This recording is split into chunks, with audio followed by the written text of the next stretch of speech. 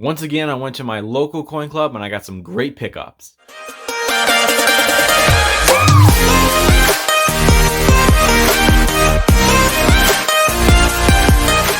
Thank you guys so much for joining me again on another one of my videos. This month, I had an amazing coin club meeting, an amazing time there. Guys, got a whole bunch of silver here, got some great coins.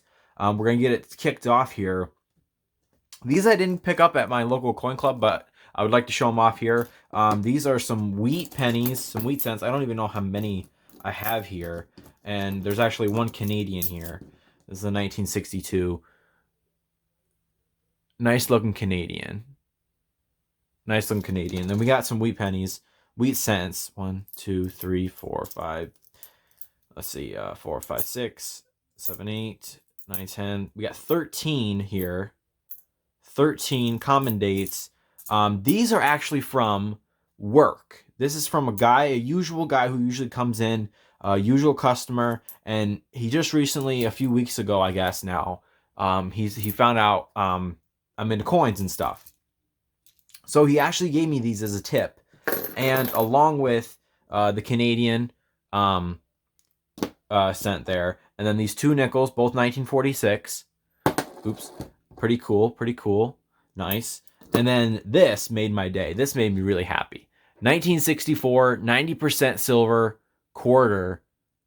He flops it on the counter. I can hear the ping of the silver. Actually, you can't really hear it there, but I can hear the ping of the silver, and I know from it landed on tails, I could just see that it was a silver quarter, and he's like, there's your tip, man.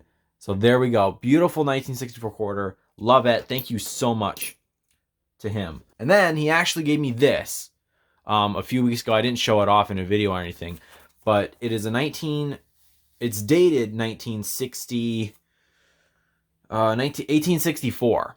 It's actually a reprint. I was doing some research on Instagram. I reached out to some people, posted it on there, wondering if anybody had any knowledge to what this is.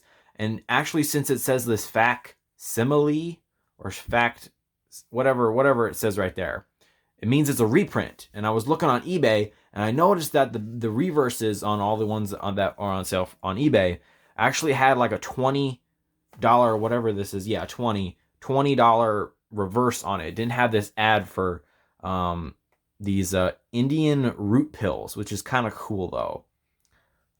So anyway, he said it was a reprint and that it was pretty much worthless, but unfortunately, I told him then after all the research about it that I found out. So it's still really cool. I don't think this is actually was real currency from the Confederacy, since it was a reprint. But I don't even know how old it is or anything, and it probably wouldn't be worth much because of all the damage to it, the folds, the cuts, and he actually told me that he had to retape it there once before. But pretty cool nonetheless. He said he just handed it to me. He said Merry Christmas.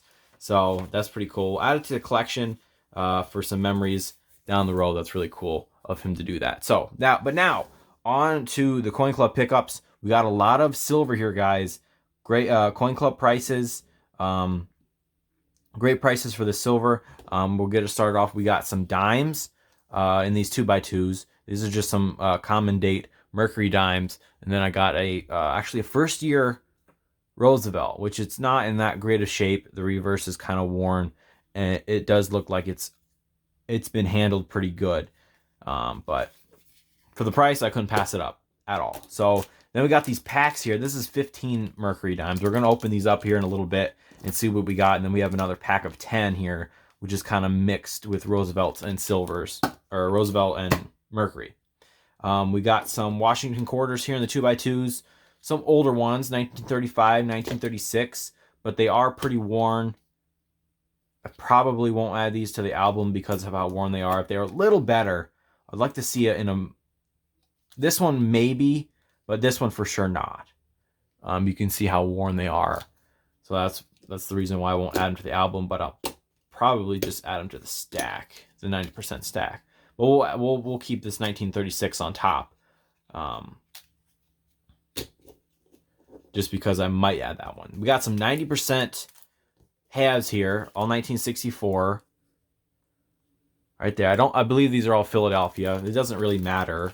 I just like finding the Denver mint mark if I can. And here's a 40% half that I got for spot, so I picked it up. And then here's some Walking Liberties, all pretty common dates. I believe I have all of these, but I will double check, and if we can, we'll fill up a spot in the album later. Here's a War Nickel I got for spot. Let's see. Now we're on to more Washington Quarters. These are like cool little baggies he put them in. I kind of like that. It's kind of cool. All of these, I believe I have in decent shape in my album, but I will check. They're all pretty much common dates. Maybe some of these 40s, but they are kind of worn for me. 62, 42. This one's kind of crusty looking. And then 64. So anyway, I kind of like these little baggies. I don't know how good they are for the coin. You probably won't want to put a decent coin in those, but I think they're kind of cool. They feel kind of cool to handle anyway. Here's some... Actually, we got two sets here. This is 1926 and 1925 Standing Liberty Quarters. All pretty worn. I believe I have these. These are probably the more common dates. The most common dates you could probably get. I should check real quick if these have mint marks. Let's just see if we can spot one.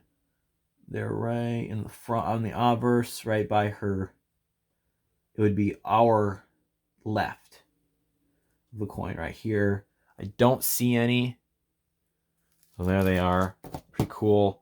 And then we have a pack of, he said these were all 55s. So a pack of 10 of them right there that we'll open up and take a look at. Now we got a couple of coins here. This is a 1916 Mercury dime. First year of issue. I picked it up just because it was cheap. It is in really rough shape though. Really pretty worn.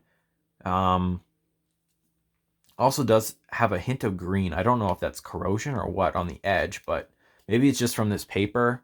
Paper's kind of green, but I picked it up. It was like, I don't know, $1.75. So you can't really lose there, but it is pretty worn. And I was trying to look really close to see if there was any chance of it being the 1916D. And I don't believe I saw a mint mark there.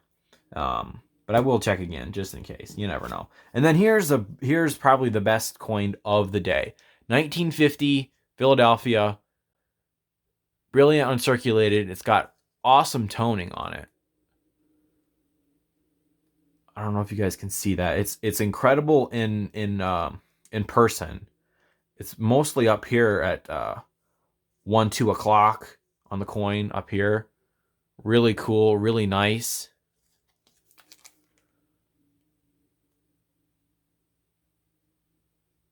Really nice, and then it's down. It's kind of around the edge, a little bit of toning.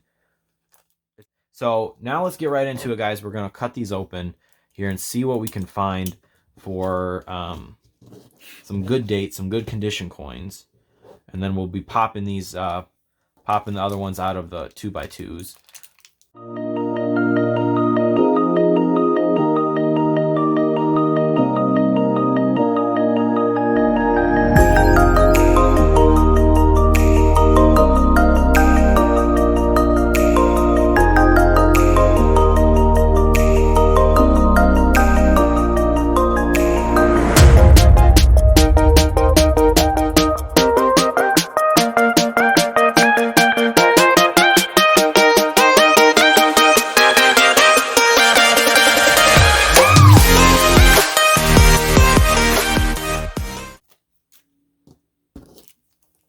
Well, I'm about done. I'm almost done opening half. La la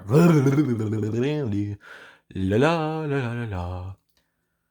I'm almost done with these. Opening about half of these already, and I found an easier way to open these freaking plastic things. Is you just pop open the back, and then it just slides right out. Me struggling with the freaking knife.